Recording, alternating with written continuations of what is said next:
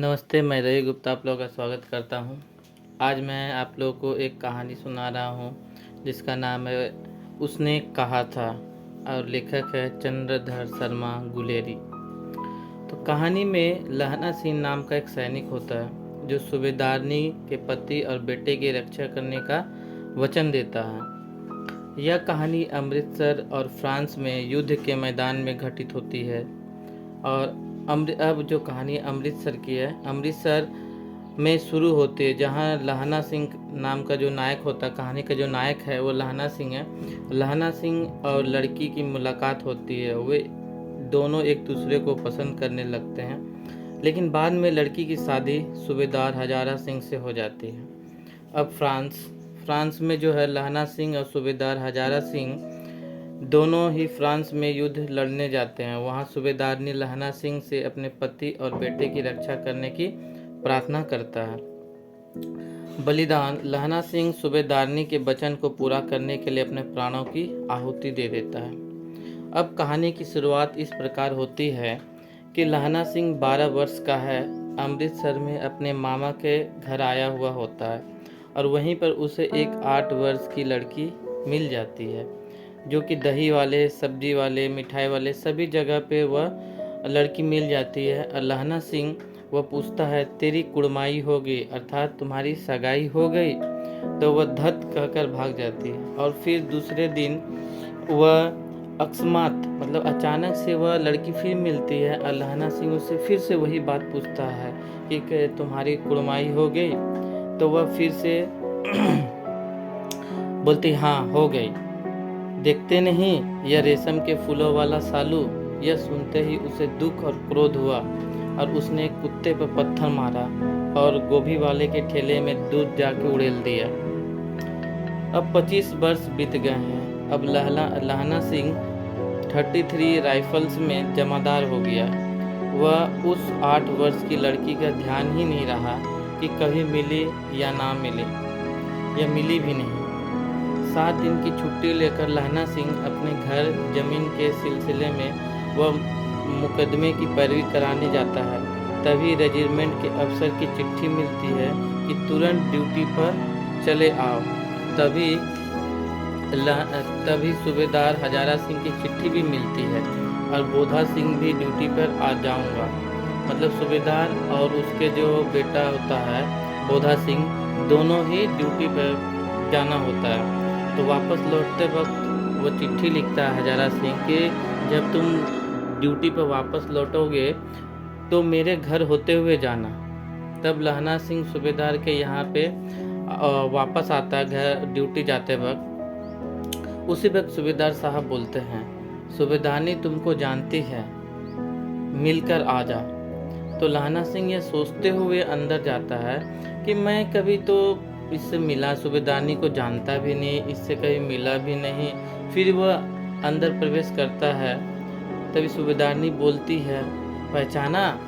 लहना सिंह बोलता नहीं। तेरी कुड़माई हो गई, धत कल हो गई, देखते नहीं रेशमी बूटों वाला सालू। तभी लहना सिंह को सारी बातें याद आ जाती है और सूबेदारनी रोते हुए बोलती है, मैंने तुम्हें आते ही पहचान लिया था। और बोलने लगी, मेरे तो भाग फूट गए। एक बेटा है, फौज में भर्ती हुए उसके पीछे 4 और हुए, बट एक भी नहीं बचा। सूबेदारनी और रोने लगती है। सूबेदारनी लहना सिंह से एक वचन मांगती है कि इन बाप बेटों को बचाना। मैं तुमसे भीख मांग रही हूँ, तुम्हारे आगे आंचल पसारती हूँ। अब कहानी और आगे बढ़ती है जो कि फ्रांस में चल रही होती है। युद्ध के मैदान में सभी सिपाहियों के साथ लहना सिंह भी है और इंतजार कर रहा कब युद्ध खत्म होगा, कब ये लड़ाई खत्म होगा और हम लोग वापस हिंदुस्तान आ जाएंगे। 4 दिन तक पलक नहीं झपी। ठंड का मौसम है और इतना ठंड कि हड्डी को गला दे। लहना सिंह कुछ सिपाहियों के साथ एक खाई में छुपे हुए होते हैं और अपने में बातचीत कर रहे होते हैं। बोधा सिंह जो कि सूबेदारनी का बेटा है, उसे बहुत बुखार है, बहुत ज़्यादा तबीयत खराब होता है, वह दर्द से करहा रहा है। तभी लहना सिंह आता है, पानी पिलाता है और अपना जर्सी पहना देता क्योंकि उसे बहुत ज़्यादा ठंड लग रहा होता।